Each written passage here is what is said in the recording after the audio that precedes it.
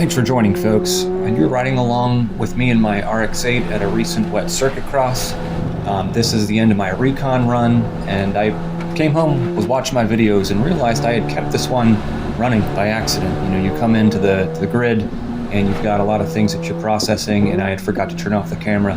It turns out that that was fortunate, because here in a minute, you basically get to see how I set up data for track days. So my data acquisition setup is a Android phone, pretty cheap Android phone, running Racechrono Pro. I have a OBD2 Bluetooth dongle that I use to record RPM and throttle position and other sensors as needed. But I've got also a Racebox Mini 25 Hertz external GPS that I run. You can see mounted there towards the A-pillar. Here I'm kind of testing the grip, testing the car's balance between runs and trying to keep some semblance of heat in the tires. So I'm pulling into grid here. This whole first recon run, it wasn't timed, but I was running the data. So we'll see here in a moment, I'll pick up the Android phone that's running the Racechrono. It had been running data the whole time, just basically by pushing play, no programming in there other than what sensors it was recording. So here in a second, I'll pick it up, and there's no track selected because this is kind of a unique track. So here I say new track, open. The first thing I'm going to do is have to put a start and finish line, so I can kind of see the red dot of where the car is parked right now, and I have a sense of how far up the start line is. So I'm just plugging in a quick name for the track, added that first start line. I'm configuring that to be just a start. I'm going to drag that over to approximately where I think the start line is. You can be ballpark just at the start because you can tweak it easily later with Racechrono.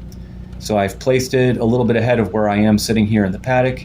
I'm going to tweak the orientation just to make sure that the arrow is perpendicular to the track.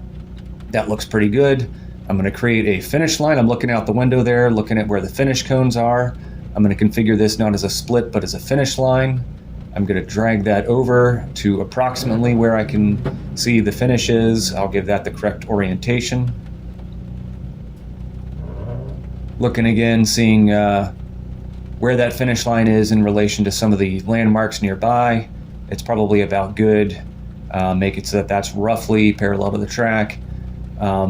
With a start and finish line, that is sufficient to at least get lap times. At this point, I haven't put splits in, so you can see there, minute 17, I have a good lap reading.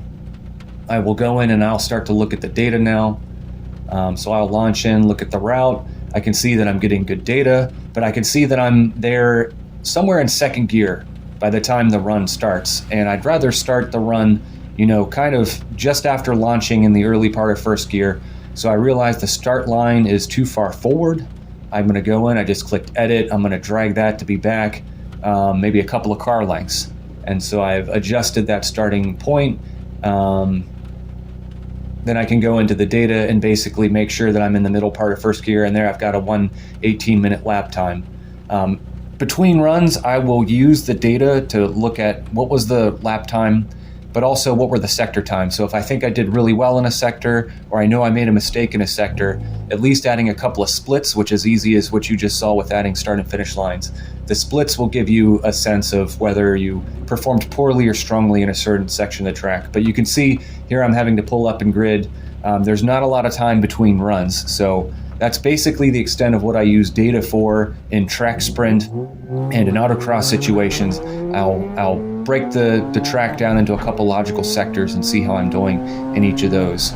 So I realize that's a bit of a baptism by fire. I could do future videos on how to set up Racechrono and how to pair with external OBD2 sensors and GPSs. But for now, hopefully that helps folks to be a little bit less intimidated by data acquisition in racing. So appreciate you guys joining in.